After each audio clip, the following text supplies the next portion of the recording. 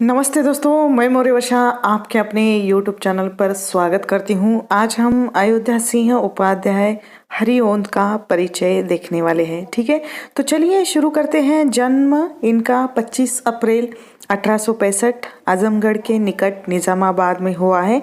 मृत्यु 6 मार्च 1947।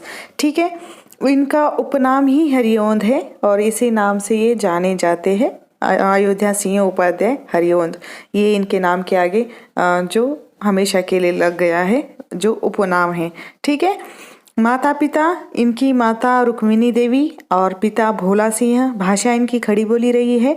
काल आधुनिक काल के ये लेखक कवि है, यानी इन्होंने तीनों भी युगों में, यानी भारतेंदु युग, द्विवेदी युग और छायावाद युग, इन तीनों भी युगों में इन्होंने अपनी रचनाएं लिखी है। ठीक है, यानी इनकी रचनाएं तीनों युगों में भी मिलती है। पुरस्कार 1898 में मंगला प्रसाद पारितोषिक इनको प्रिय प्रवास इस महाकाव्य के लिए मिला है। विधा इन्होंने गद्य और पद्य दोनों में भी लिखा है। रचनाओं में काव्य संग्रह इनके है कि 1882 में श्री कृष्ण शतक, ये इनकी प्रथम रचना मानी जाती है। उसके बाद 1899 में रसिक रहस्य, 1900 में प्रेमांबु वारिधि, उसके बाद 1900 में प्रेम प्रपंच, 1901 में प्रेमांबु प्रश्रवण, उसके बाद 1901 में प्रेमांबु प्रवाह, 1904 में प्रेम पुष्पहार, 1906 में उद्बोधन, 1909 में काव्य पवन, 1914 में जो सबसे ज़्यादा प्रसिद्ध है प्रिय प्रवास, ये इनका प्रबंध काव्य है। खड़ी बोली की प्रथम रचना है। इस रचना का सर्वप्रथम नाम, यानी पहले इस रचना का नाम ब्रजांगना विलाप था। यह विरह काव्य है। इसमें 17 सर्ग है, ये भी याद रखना है। और कृष्ण के बचपन से लेकर मथुरा प्रस्थान तक का वर्णन इसमें किया गया है। यह महाकाव्य संस्कृत के वर्ण वृत्तों पर आधारित है। रामचंद्र शुक्ल इसके कथानक के अभाव के कारण इस रचना को महाकाव्य मानने से इनकार करते हैं।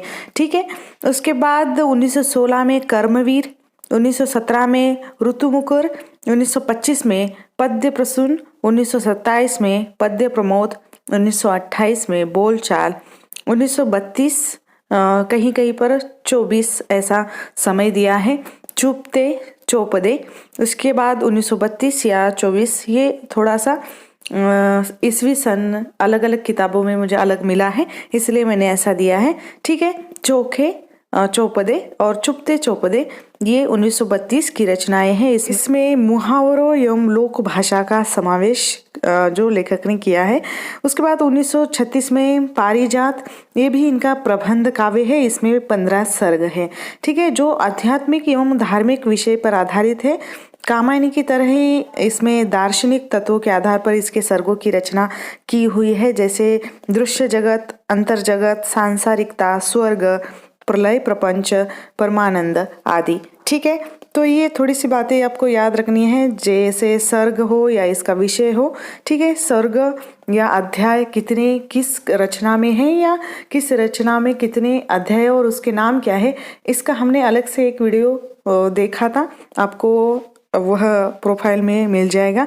1938 में ग्राम गीत, 1940 और 31, ये थोड़ा सा समय अलग अलग किताबों में मुझे अलग मिला है। किसी किताब में 1931 समय दिया है, तो किसी किताब में 1940। रस कलश, ये ब्रज भाषा में लिखी गई इनकी रचना है। रीति ग्रंथ है, शृंगारिक वर्णन है। ठीक है, तो ये रीति काल में आने वाली रचना है। 1940 में हरिओंद सतसई, यानी जो सतसई की परंपरा आती है, किन किन रचनाकारों ने सतसई लिखी, ये भी हम देखने वाले हैं अलग से।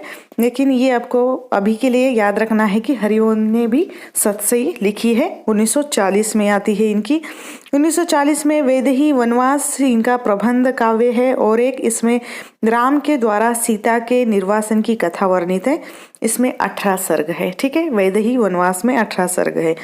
1940 और कहीं कहीं पर 35 इसका ईस्वी सन दिया है। फूल पत्ते, 1956 में मर्मस्पर्श, कल्पलता, कबीर कुंडल, उपदेश कुसुम, पुष्प विनोद और विनोद वाटिका, इस तरह इनके सभी काव्य मिलते हैं। उसके बाद जो हरिओंद के उपन्यासों में 1894 में प्रेम कांता आते हैं। वैसे तो एक हाथ किताब में आपको 2 ही हरिओंद के उपन्यास मिलेंगे, लेकिन मुझे एक किताब में 3 उपन्यास इनके मिले हैं। 1894 में प्रेम कांता, 1899 में ठेठ हिंदी का ठाठ, और इसका दूसरा एक नाम है देवबाला। ठीक है, ठेठ हिंदी का ठाठ, इसको ही दूसरा एक नाम है देवबाला।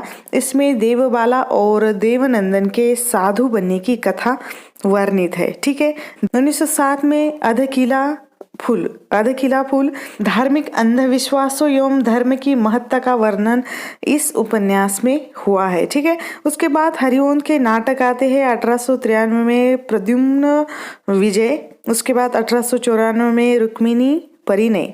ठीक है, आलोचनाओं में 1930 में हिंदी भाषा और साहित्य का विकास, कबीर वचनावली का संपादन, जिसकी भूमिका हरिओंद जी ने लिखी है। अनुदित साहित्य में हरिओंद के जो किताबें आती है, वेनिस का बाका, नीति निबंध, उपदेश कुसुम, विनोद वाटिका और रीप वान वकील। ठीक है, विशेष की एक खड़ी बोली के प्रथम महाकवि से समादत्त कवि है। उसके बाद सुमेर सिंह निजामाबाद के विद्वान के उपनाम हर सुमेर के अनुकरण पर इन्होंने अपना जो नाम हरिओंद रखा था। डॉक्टर गणपति चंद्र गुप्त ने इन्हें आधुनिक काल का सूरदास कहा है।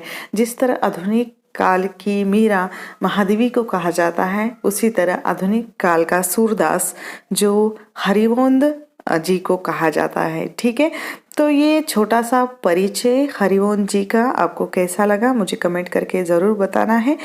ठीक है, तो यहाँ पर हम रुकते हैं। जल्द मिलेंगे एक नए वीडियो में एक नए विषय के साथ। तब तक के लिए धन्यवाद।